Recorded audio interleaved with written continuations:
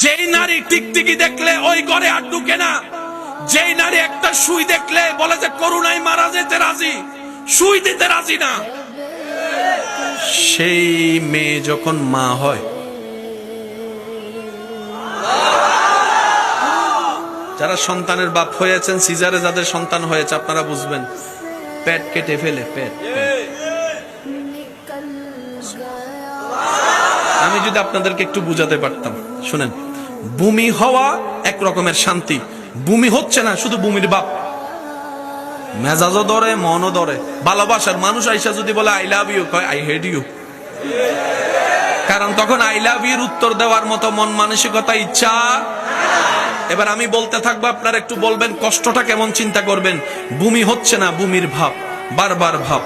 ভালো খাবার ঘ্রাণ আসলেই বমি বমি লাগে, মাথা চক্কর দেয়, বসতে পারে না, শুইতে পারে না, উঠতে পারে না। আমার মা যখন আমি পেটে আসছি, আপনি যখন পেটে গেছেন, আপনার মার অবস্থা, আপনার মার অবস্থা, একটু সুবহানাল্লাহ বলতে থাকি না।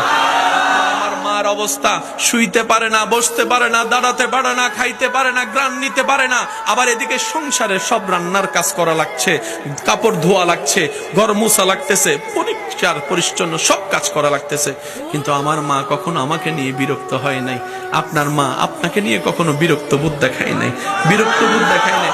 সারাদিন কাজ করা মানুষের একটু তো ঘুমের দরকার, এটা নিয়ে তো কারো কোনো দাবি নাই। প্রত্যেকটা মানুষের তো ঘুমানোর অধিকার আছে। কিন্তু আমরা যখন মায়ের পেটে আসছিলাম, রাতে 2টা-3টা বাজে লাথি মেরে মাকে ঘুম থেকে জাগাইয়ে দিয়েছিলাম। আমার মা, আপনার মা, সেই ব্যথা, সেই কষ্ট, যেখানে রাগ হওয়ার কথা, কাঁচা ঘুম ভাঙ্গার কারণে, সেখানে আপনার মা, আমার মা মুস্কি মুস্কি হাসতে শুরু করলেন, মুস্কি মুস্কি হাসতে শুরু করলেন। এক কেমন জানি এক আনন্দ অনুভব করতে লাগলেন।